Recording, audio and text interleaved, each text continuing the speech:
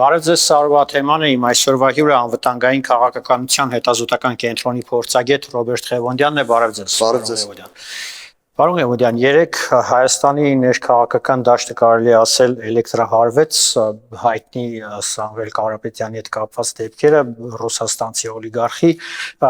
սպասելի էր նման զարգացումներ կամ ըստ ձեզ ինչից սկսվեց այս ամեն ինչը, նախ ինչի այսպես ասենք ասպարեզում հայտնվեց Սամվել Կարապետյանը, միանգամից պաշտպանեց եկեղեցում եւ դարձավ թիրախ իշխանությունների համար։ Այստեղ կարելի է խոսել երկու հնարավոր սցենարների մասին։ Առաջինը այն է, որին հանգում ենք ենթադրելով, որ իսկապես Հայաստանի կառավարությունը եւ կառավարության ղեկավարը նշեցին, որ մեկ ամիս առաջ սկսվել է գործընթաց եւ այդ գործընթացը ենթադրում է Հայաստանի էլեկտրական ցանցերի ազգայնացում։ Եթե դա այդպես է, ապա սրան ընդդիմանալու համար գուցե այդ մարդը Ռուսաստանից Հայաստան եկավ եւ փորձում է քաղաքական գործընթացներ հարուցել։ Ես չգիտեմ իրականում իրավական մանրամասնությունները, թե ինչպես այդ գործընթացը տեղի ունենալու, բայց հավանաբար Սամվել Կարապետյանը համաձայն չէ այդ գործընթացին։ Սա մեկ սցենարն է, երկրորդ սցենարը զուտ քաղաքական է, կապված է Ռուսաստան-Հայաստան փոխհարաբերությունների հետ եւ այս մի ենթադրությանն էլ հանգում ենք հաշվի առնելով, թե ինչպես են Ռուսաստանից տարբեր հայտնի խոսող գլուխներ, այսպես ասենք, եւ նրանց միացած նաեւ հայտնի քարտուղարուհի Զախարովան փորձում Հայաստանի իշխանությունների նկատմամբ լուտանքներ թափել եւ այդ երկրորդ սցենարի էությունն էլ այն է, որ այն գործընթացը, որը սկսվել է նախընտրական գործընթացը 2026 թվականի հունիսից առաջ, ներառում է նաեւ Ռուսաստանում բավական մեծ կապիտալի տիրապետող անձանց մասնակցություն Հայաստանի քաղաքական գործընթացներին եւ այս տրամաբանության մեջ Սամվել Կարապետյանի գործուղումը Հայաստան եւ նրա միանալը քաղաքական դաշտում հատկապես եկեղեցու առանձին վերնախավի առանձին ներկայացուցիչների կողմից ընդդեմ Հայաստանի իշխանությունների տեղավորվում է այս տրամաբանության մեջ։ Մյուս կողմից պետք է նշենք, որ այս երկրորդ տարբերակի համար մի փոքր կարծես թե շուտ է, այսինքն դեռ 1 տարի ժամանակ կա, բայց հաշվի առնելով, որ այս անգամ նախընտրական գործընթացները այդպես ամբողջ թափով սկսվել են բավական շուտ, կարելի ասել այս տարվա փետրվարից, երբ երկրորդ նախագահ հարցազրույց տվեց, դրանից անմիջապես հետո գործընթացները բավական արագ սկսեցին շարունակվել, կարելի է կարծել, որ երկրորդ սցենարն էլ չի բացառվում։ Պարոն Ղևոնդյան, այսինքն կարող ենք ենթադրել, որ Ռուսաստանը այլևս չի վստահում տեղի իր ենթակայության տակ գործող ուժերին, նկատի ունեմ նախկին նախագահներին, այլ հոգևորականների եւ որոշել է խաղի մեջ մտցնել արդեն անձամբ իր ներկայացուցիչին։ Չեմ կարծում, որ 2018 թվականից հետո Ռուսաստանը երբևէ վստահել է նրանց, իրականում նրանք կարողացել են զարտողի ճանապարհներով Ռուսաստանի որոշակի շրջանակներից ինչ-որ աջակցություն ստանալ, գուցե ֆինանսական, գուցե միայն հայտարարությունների տեսքով, գուցե մարդկային ուժի միջոցով, այսինքն մարդկանց են տեղափոխել Հայաստան, բայց ինչ-որ ճանապարհներով կարողացել են աջակցություն ստանալ, բայց իմ կարծիքով Կրեմլը ընդհուպ Ռուսաստանի նախագահը երբևէ 2018 թվականից հետո չեն վստահել Հայաստանի ներսում գործող իրենց 5-րդ Շարասյանը եւ փորձել են տարբեր միջոցներով, տարբեր տեղերից գործողված մարդկանց միջոցով, գուցե ոչ այսպես հանրային առաջին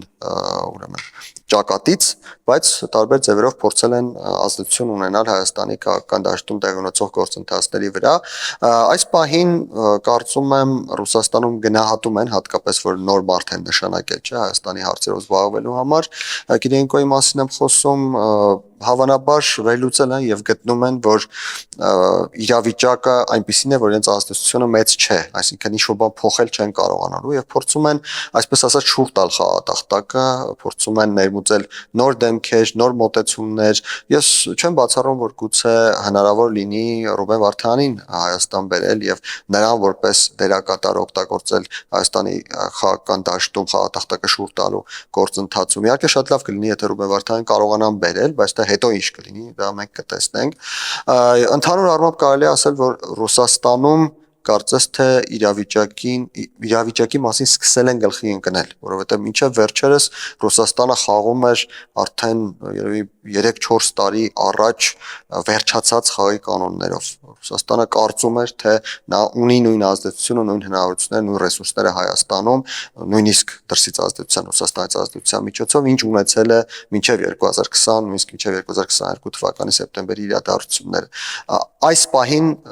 ես նկատում եմ, որ Ռուսաստանում սկսել են քիչ-քիչ հասկանալ, որ իրավիճակը այլ է։ Պարոն Էվոդյան, Սամվել Կարապետյանին ձերբակալել են արդեն եւ բավական ծանր մեղադրանք է առաջադրված իշխանազավթման, իշխանափոխության, տարածքային ամբողջության խախտման կոչերի համար կմնա կալանքի տակ Կարապետյանը, թե բաց։ Ճիշտն ասած, ես իրավաբան չեմ կարող այդ հարցին պատասխանել, արդյոք կմնա կալանքի տակ թե ոչ, երևի դա իրավական հարթությունում է, ինչ կապված է քաղաքական ենթատեքստի հետ, կարծում եմ ճիշտ կլիներ, քանի որ այդ մարդը Ռուսաստանի քաղաքացիություն ունի, ուղղակի աքսորել նրան Հայաստանից եւ հայտարարել անցանկալի անձ, որ դրանից հետո արդեն իրավական մեխանիզմները ինչպես որ տեղեկ ունեն։ Փաշինյանի քայլերը ընդդեմ Սամվել Կարապետյանի արդյոք քայլեր չէին հենց ուղիղ Ռուսաստանի դեմ եւ արդյոք կողմերը չեն սկսել են բացել քարտերը։ Եթե իմ նշած սցենարներից երկրորդն է այստեղ, այսինքն եթե Ռուսաստանը փաստորեն արդեն ինչպես դուք ասացիք, բաց խաղաքարտերով մարտի է նետել կոնկրետ անձանց, եկեք հիշենք, որ Սամվել Կարապետյանը այն անձանցից մեկն էր, ով ժամանակին Հայաստանում սպասվող այլ գործընթաց կասեցրեց, կապված Գագիկ Ծառուկյանի հետ, որը փորձում էր իշխանափոխության գործընթաց սկսել, փաստացի Ռուսաստանը օգտագործում է այս խաղաքարտը, մեկ անգամ օգտագործել է, տեսել ենք։ Եթե այս անգամ էլ Ռուսաստանը փորձում է օգտագործել այս խաղաքարտը, ապա Հայաստանի իշխանությունների պատասխանը իհարկե ուղղված է Ռուսաստանին եւ ես գտնում եմ, որ ցանկացած երկրի ցանկացած իշխանություն տվյալ դեպքում պետք է պաշտպանի առաջին հերթին իր շահերը, որովհետև քաղաքական ուժը ցանկանում է պահել իշխանությունը, ինչպիսի քաղաքական ուժ ուզում է լինի։ Եվ բացի այդ նաև Հայաստանի Հանրապետության շահերը, որովհետև արտաքին ազդեցություն եւ Հայաստանի քաղաքական դաշտում արտաքինից եկող փոփոխությունները ակնհայտորեն չեն համընկնում Հայաստանի Հանրապետության ինքնիշխանության, պետականության պահպանման գերակայությունների։ Պարոն Էվոդյան, մի քանի օր դադար էր եկեղեցի պետություն այս արճակատման մեջ, ավելի ճիշտ հոգևորականների եւ իշխանության ներկայացուցիչների 3 նորից թեժացավ այս արճակատումը։ Ընդհանրապես այս լուծումը ոնց եք պատկերացնում այս խորացող ճգնաժամը եկեղեցու եւ պետության միջեւ։ Օրեր առաջ ես գտնում էի, որ եկեղեցին հետքայլի հնարավորություն ունի եւ այդ հետքայլը պետք է լինի առաջին հերթին Բագրատ Գալստանյանին փիլոնազուր կանելով եւ հետո նաեւ ընդհանրապես եկեղեցու սպասավորներին քաղաքական դաշտից դուրս անելով։ Այսինքն, եթե այլ կերպ ասենք, եկեղեցու ղեկավարը կաթողիկոսը պետք է գուցե ներքին, գուցե հանրային, գուցե փակ, չգիտեմ, որևէ ռեժիմով արգելի եկեղեցու սպասավորներին քաղաքական տեքստեր արտասանել, անկախ նրանից, թե նրանք որ կողմից են քաղաքական տեքստեր արտասանում։ Եվ դա իմ գնահատմամբ հնարավորություն կտար փակել այս էջը, գուցե այլևս իշխանությունները չպահանջեին կուսակրոնության խախտման վերաբերյալ պարզաբանումներ եւ այլն, այսինքն քաղաքական հակամարտության էջը կփակվեր, եկեղեցին կմնար առանձին իր ավտոնոմ ռեժիմում, իշխանությունները կշարունակեին իրենց քաղաքական գործունեությունը, ընդդիմությունն էլ իր գործը կկատարեր։ Բայց կարծես թե եկեղեցու վերնախավը հրաժարվեց այս մոտեցումից, այստեղ տարբեր պատճառներ կարող են լինել, գուցե արտաքին ազդեցություն է, գուցե նրանք տրվեցին այն սադրանքին, որը իրականացրեց Հայաստանում 5-րդ շարասյունը, նույն արմատական ընդդիմադիրները, ովքեր պարազիտանում են կոնկրետ եկեղեցու եւ իշխանությունների հակամարտության հիմքի վրա, այլ կերպ ասած, նրանք փորձում են օգտագործել այս հակամարտությունը, որպեսզի իշխանություններին հնարավորինս ավելի մեծ վնաս տան, ինչպես փորձել են ամեն ինչ, ինչպես փորձել են օգտագործել Արցախի կորուստը, ինչպես փորձել են օգտագործել պատերազմը, համաճարակը, չգիտեմ, էթնիկ զտումը արցախահայերի եւ այլն, այսինքն ամեն տեղ իրենք փորձում են իրենց գլուխը մտցնել, այսպես ասած, եւ դառնալ այդ գործընթացի մի մաս, իշխանություններին վնաս տալ, հուսալով, որ տեղի կունենա ինչ որ մի փուլում, ինչ որ մի գործընթացի արդյունքում տեղի կունենա իշխանափոխություն եւ դրանից հետո նրանք մաս կկազմեն նոր հնարավորությունների, նոր իշխանությունների գուցե։ Եվ կարծես թե եկեղեցին տրվեց այս սադրանքին, եթե արտաքին ազդեցություն չէ։ Գուցե եկեղեցու վերնախավը մեկ այլ ենթադրություն, գուցե եկեղեցու վերնախավը գտնում գտնում է, որ այս իշխանությունները չպետք է շարունակեն Հայաստանը ղեկավարել եւ իրենք պարտավոր են այս իշխանություններին հեռացնել։ Այսինքն ամեն դեպքում ցանկացած սցենարի դեպքում նշած եկեղեցին կարծես թե այդ հետքայլի հնարավորությունը բացառեց եւ սա նշանակում է, որ բախումը շարունակվելու է եւ վերջանալու է կողմերից որևէ մեկի դիակատար պարտությամբ։ Իմ գնահատմամբ այս պահին իշխանությունների դիրքերը այստեղ ավելի ուժեղ են, քան եկեղեցու դիրքերը եւ եթե բախումը շարունակվելու է, ապա ավելի հավանական է, իհարկե փոքր տարբերությամբ, բայց ավելի հավանական է, որ պարտություն կկրի եկեղեցու վերնախավը եւ այլ խոսքով ասած, այսպես ընդհանրացնելով կաթողիկոսը կփոխվի։ Թեև նման դեպքեր Հայաստանի պատմության մեջ շատ քիչ են եղել, եթե չեմ սխալվում, վերջին անգամ գահիցերար կաթողիկոս հրաժարվել է դեռևս 9-րդ թե 8-րդ դարում, եւ սա աննախադեպ իրադարձություն կլինի գոնե մեր ժամանակների համար, բայց եթե եկեղեցու վերնախավը գտնում է, որ ինքը քաղաքական դաշտում գործունեություն պետք է իրականացնի, ապա պետք է ենթարկվի քաղաքական դաշտի կանոններին։ Եթե դու պարտվում ես, դու քաղաքական դաշտը լքում ես։ Պարոն Էվոդյան, միջև այս թոուբով մի գործընթաց էր սկսվել impeachment կոչվող, այսպես ասած, սա ստվերեց այդ գործընթացը, թե բաղկացուցիչ մասեր այդ գործընթացի։ Ես մի փոքր ուղեմ ինձ, եթե դու պարտում ես քաղաքական դաշտում, ոչ միայն քաղաքական դաշտը լքում ես եւ ոչ այնքան գուցե քաղաքական դաշտում մնաս, բայց եթե դու պարտում ես քաղաքական գործընթացում, դու կորցնում ես նույնիսկ այն ինչ ունեիր, ինչով որ եկել էիր քաղաքական գործընթաց։ Այս տրամաբանության մեջ է եկեղեցին պարտվելու եւ եկեղեցու վերնախավը հեռանալու է, ավելի հավանական է, որ այդպես կլինի, քան այն, որ կպարտվեն իշխանությունները եւ Հայաստանի իշխանությունը կփոխվի։ Ինչ վերաբերում է impeachment-ի գործընթացին, ես կարծում եմ impeachment-ի գործընթացը ինչի համար որ հարուցվել էր, ինքը իր նպատակին ծառայեց, վերջացավ եւ հիմա նույնիսկ ես համոզված եմ, որ եթե հանրային արձագանքից չվախենան, նույնիսկ մոռանան այդ impeachment-ի գործընթացի մասին, հենց impeachment-ի գործընթաց սկսողները, հարցն այն է, որ impeachment-ի գործընթացի իմաստն այն էր, որ անդիմադիր դաշտում ուժերից մեկը, Սերժ Սարգսյանի հովանավորությամբ գործող, կարողանա որոշակի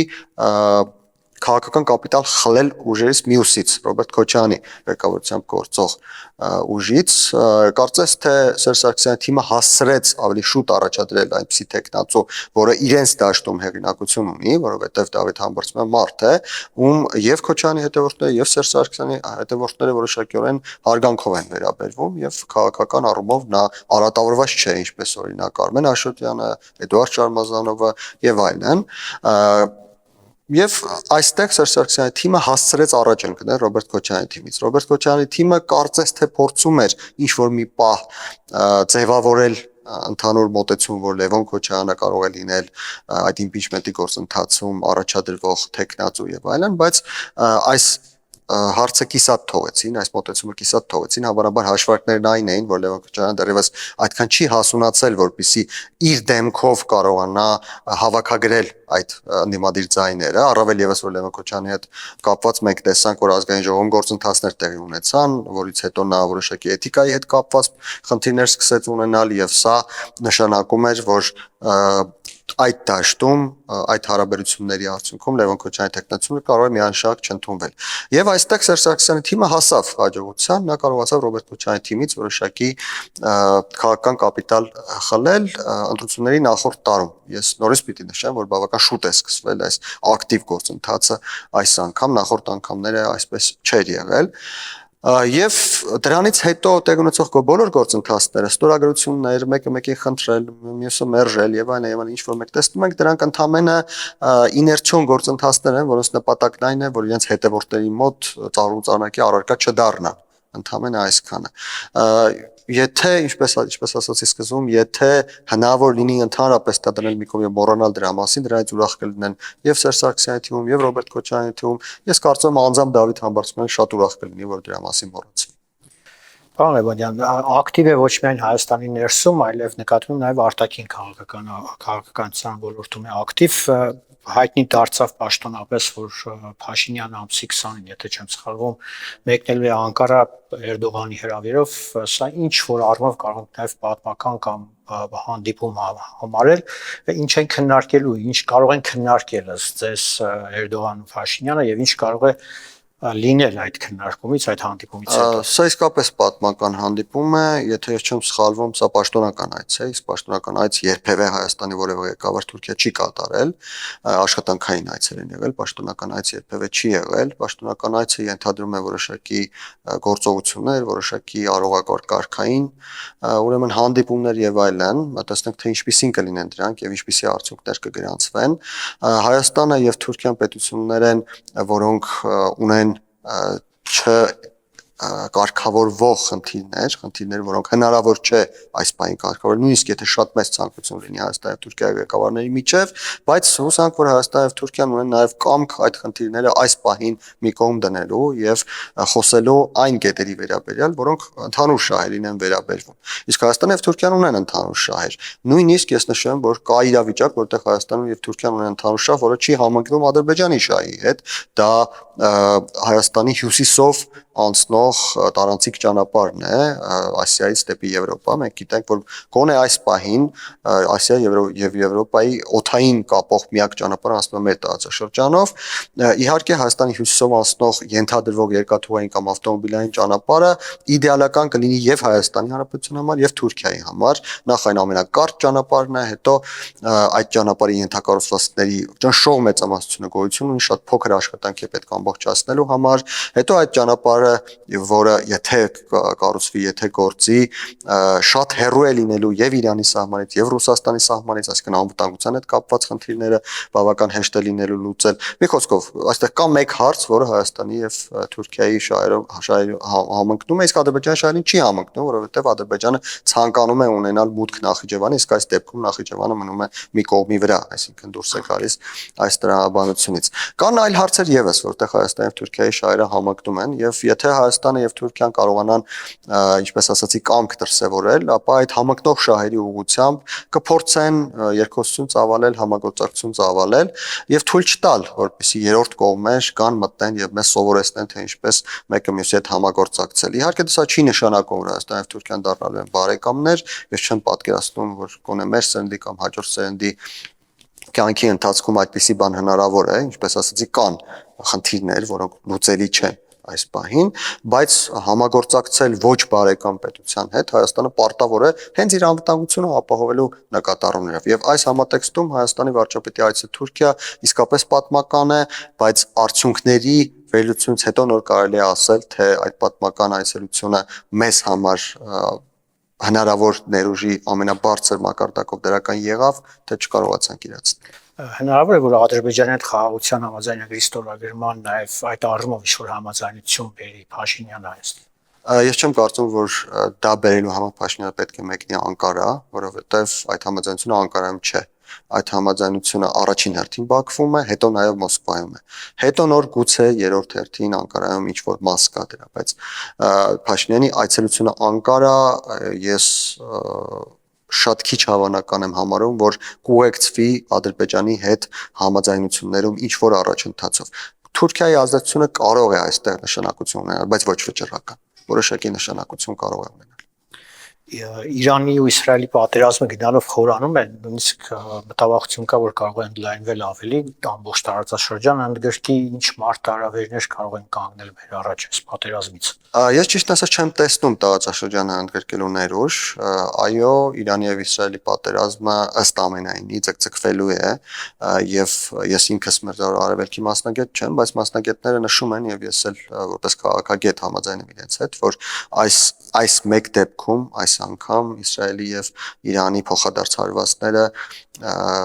դժվար թե սահմանափակվեն 1-2 հարվածով,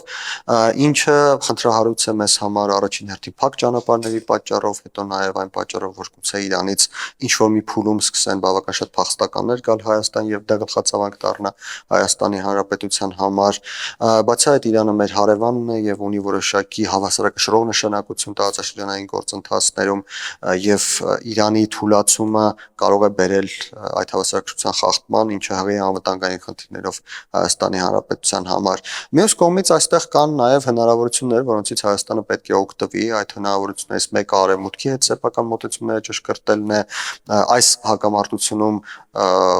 փորձել չեզոքություն պահպանել, որը կարող է մեզ պետք գալ օրինական զարգացման, այնպիսի հավանական զարգացման դեպքում, որն է Իրանում ռեժիմի փոփոխությունը, որովհետև ի վերջո առաջին հայացքից սա պայքար է ոչ թե ինչ-որ միջուկային ծրագրի դեմ, այլ պայքար է Իրանում հոգևոր իշխանությունը տապալելու եւ ժողովրդավարական աշխարհիկ իշխանություն հաստատելու համար։ Եթե դա տեղի ունենա, ապա սա եւս մեկ հնարավորություն կարող է լինել Հայաստանի համար, որովհետև արևմուտքի հետ սերտ համագործակցող Իրանը բացարձակապես այլ իրականություն կբերի մեր տարածաշրջան։ Այսինքն Հայաստանին պետք է դիրքավորվել եւ սպասել։